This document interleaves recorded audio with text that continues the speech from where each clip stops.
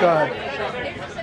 Thank you, Mr. President. Trump. Thank you, President Go Trump. ahead, please. Thank you, Mr. President. On your first year. Go ahead, I'll take your question. Okay, thank you, Thank you, President. Go ahead, Mr. right here. Thank you, Mr. President.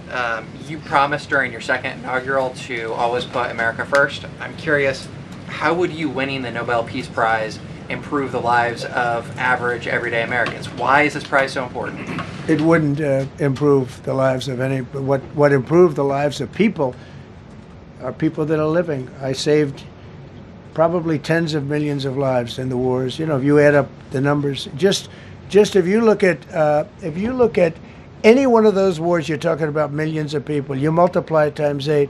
But when you look at India and Pakistan, that could have been 10, 15, 20 million people. Could have been more than that. So I saved millions of people. So that to me is the big thing. What? You suggested a moment ago that perhaps the reason why a positive story about the economy isn't getting through is because of, bad communications people. But are average Americans wrong to still feel high prices? And how much longer does the White House hope that they? So I think a lot of people are listening to the fake news a little bit, and I'm not blaming anybody. I think I blame ourselves. I think we've done a much better job than we're able to promote. We're not promoting. We're doing a great job, and we're sort of letting the promotion take care of itself. One of the reasons I'm doing this news conference, I think it's important. We have taken a mess and made it really good. It's going to get even better. But if you look at prices from a year or a year and a half ago, you look at the Biden prices, they were way up through the sky. And, they use the word affordability. They just say affordability and they don't talk about it.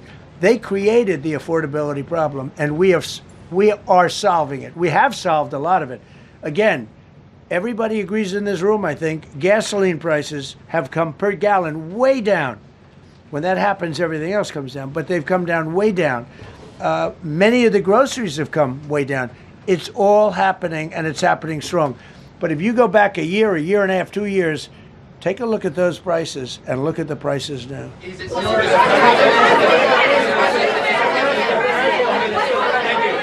President of Venezuela, you made a condition. Where are you from? I'm from Spain. Nice place. Thank you. You made a condition that the political prisoners should be freed. It seems that they are not being as fast as they promised in the beginning. Would that be an issue for the current government? They've agreed that they're going to let, I guess, most of them out. Or depends on what they did. But they have released a lot of. Released a lot of political prisoners in Venezuela. Mr. President, earlier on last year, you had indicated that you wanted to take back the Panama Canal. I know we've heard a lot about Greenland. Is that still on the table? I don't want to tell you that. Sort of. I must say, sort of. That's sort of. Okay, one more. Yes, blonde, blue. Yes, go ahead, ma'am. Go ahead with the blue, holding the computer. If a consequence of your determination to take control of Greenland is the ultimate breakup of the NATO alliance, is that a price you're willing to pay?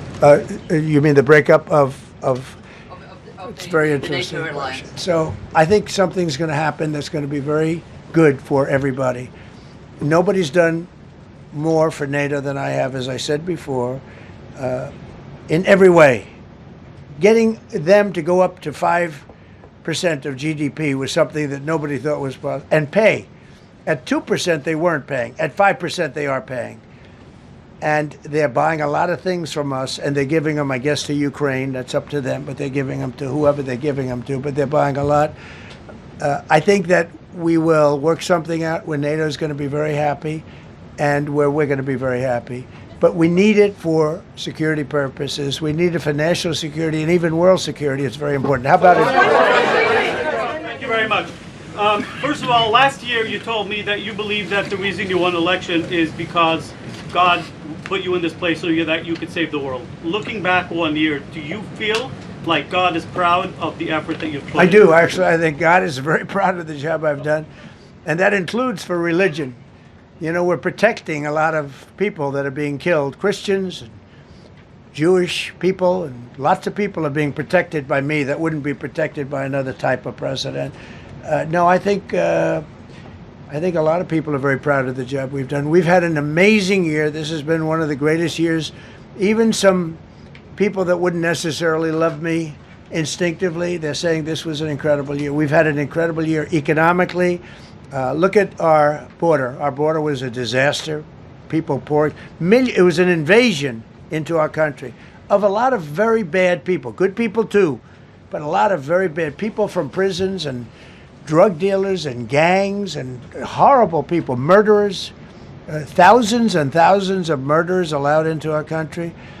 And we now have the strongest border of any country. There's probably not a country, I guess North Korea has a pretty strong border, by the way, but there's not a country in the world that has a border like we do. And we took it from the worst border. We had the worst border in the world. Now we have one of the strongest borders in the world. One more question. You said you're confident something's going to get worked out in Greenland, but Greenlanders have made it clear they don't want to be part of the U.S. Well, what gives the U.S. the right to take away that self-determination? When I speak to them, I'm sure they'll be thrilled. Mr. President, are you committed to keeping the U.S. in NATO? I've had such a good relationship. I've made it so much better, so much stronger. It's so good now. NATO is so much stronger now. I don't agree with a lot of the things they've done, but that was done before I got there. I think NATO's been good. Sometimes it's overrated, sometimes it's not. But we have a strong NATO. When I came here, we had a weak NATO. We had a NATO at 2%, and they weren't paying. You had a nothing NATO. NATO's, whether you like it or not, it's only as good as we are.